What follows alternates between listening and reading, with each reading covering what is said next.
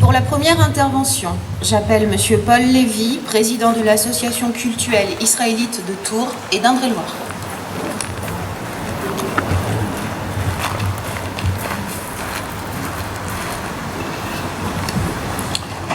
Monsieur le sous-préfet, représentant Monsieur le préfet, Monsieur Gérard Pommier, président du conseil départemental, que je salue, Monsieur Emmanuel Denis, maire de Tours, que je salue particulièrement également, mais Madame la députée Colbock, que je salue, donc je salue tout le monde, et puis Messieurs et Mesdames les élus communaux départementaux, Messieurs et Mesdames les présidents d'associations, mes colonels, je vois trois, de la gendarmerie, de l'armée de l'air et de l'armée de terre, donc je vous salue tous.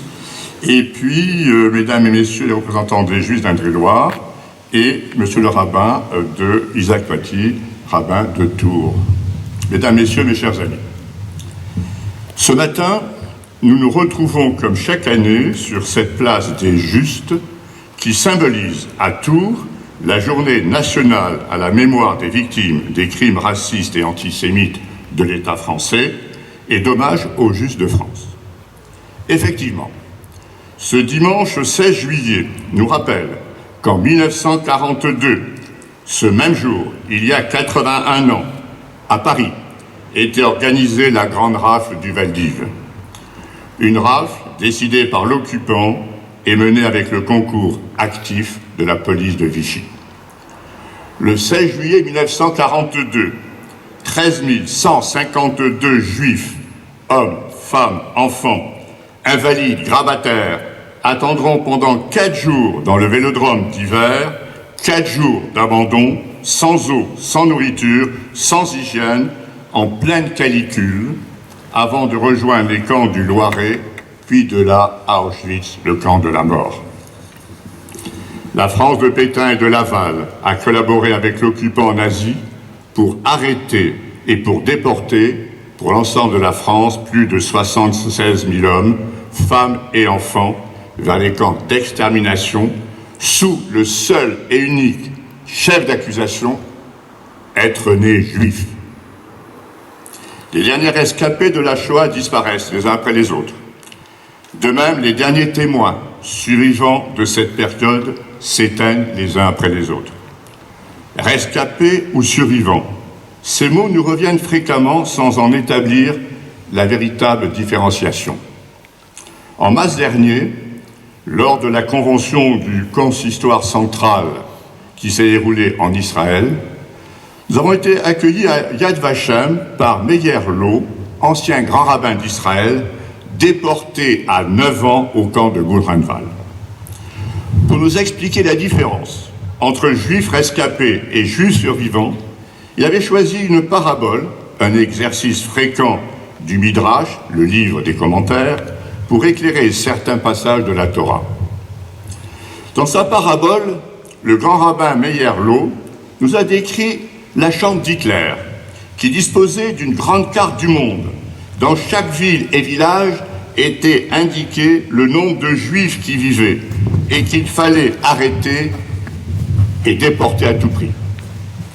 Lodz, 400 000, Budapest, 600 000, Thessalonique, 250 000, Le Caire, 200 000, Jérusalem, 500 000, Tours, Tunis, 150 000, Constantine, 7 000, Oran, 8 000, Tlemcen, 5 000, et ainsi de suite. Même le plus petit village n'abritant qu'une dizaine de juifs est indiqué. Dès qu'un pays, dès qu'une ville, dès que le moindre village est occupé par ses troupes, Hitler y plantait son drapeau nazi. Aussitôt était mise en œuvre la solution finale, c'est-à-dire la fermeture des ghettos, l'internement des juifs et leur déportation vers les camps de la mort. Et le grand rabbin Meir Lo de nous indiquer 2 à 3% des déportés ont survécu au camp de la mort. Ce sont eux les rescapés. Rescapés des travaux forcés, rescapés de la famine, rescapés du typhus, rescapés des fours crématoires. Grâce aux troupes alliées, débarquées en Normandie et en Italie, grâce à la défaite des troupes nazies à Stalingrad et la victoire britannique d'El Alamein en Égypte, les pays occupés ont été libérés.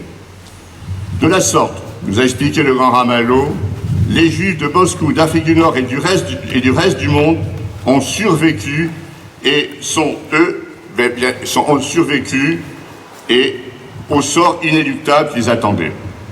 Pour le grand rabbin Meyerlo, rescapé du camp de Buchenwald, nous sommes tous des survivants. Les Juifs du monde entier sont des survivants de la Shoah. Si Hitler avait pu mener à bien son plan d'extermination des Juifs, tous nos parents et tous nos grands-parents auraient été emportés et nous ne serions pas là ce matin sur la place des Justes à Tours.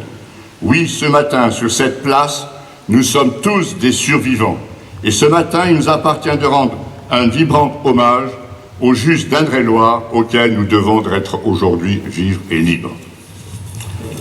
Dans son discours du 16 juillet 1995, prononcé à Paris et sur la place du Veldiv, Jacques Chirac, président de la République, déclarait, je le cite, « Oui, la folie criminelle de l'occupant a été secondée par des Français, par l'État français. » Et le président Chirac de rappeler, je le cite, « Cet été 1942 qui révèle le vrai visage de la collaboration dont le caractère raciste après les lois anti-juives de 1940 ne fait plus de doute, sera pour beaucoup de nos compatriotes celui du sursaut. » À la suite de quoi, la loi du 10 juillet 2000 a instauré dans le calendrier la journée nationale à la mémoire des victimes des crimes racistes et antisémites de l'État français et d'hommage aux Justes de France.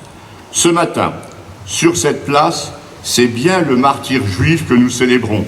Nous célébrons également ce sursaut évoqué par Jacques Chirac de ces Justes qui ont sauvé, fait exceptionnel en Europe, les 3/4 de la communauté juive. Et Jacques Chirac de poursuivre. Il y a aussi la France, une certaine idée de la France, présentée une et indivisible dans le cœur des Français, des Justes parmi les nations qui, au plus noir de la tourmente, en sauvant au péril de leur vie les 3/4 de la communauté juive, ont donné vie à ce qu'elle a de meilleur. Grâce à leur courage, les Juifs ont bénéficié de leur aide et furent sauvés au risque de leur propre vie. Certains étaient leurs amis, leurs voisins, leurs concierges, leurs boulangers, leurs curés ou de simples anonymes.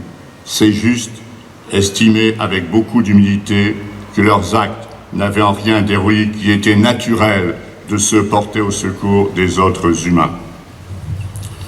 Sans le savoir, ils appliquèrent un principe que nos sages nous apprennent dans le Talmud. Qui sauve une vie, sauve l'humanité tout entière.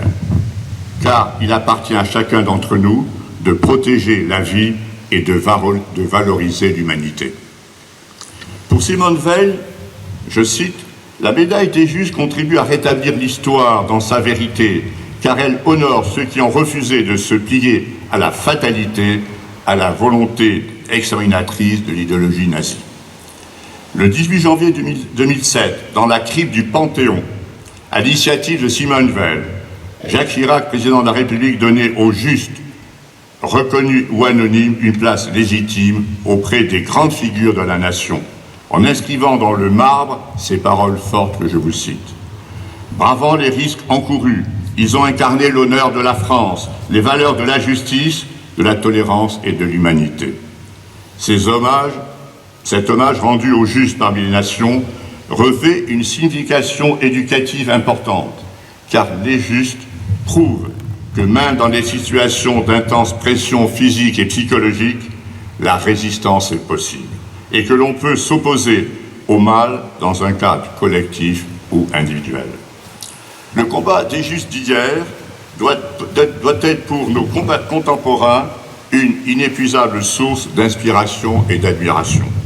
C'est pourquoi il ne faut pas les oublier et continuer à les célébrer, car, comme l'a dit fort justement Elie Wiesel, qui ignore son histoire est condamné à la revivre.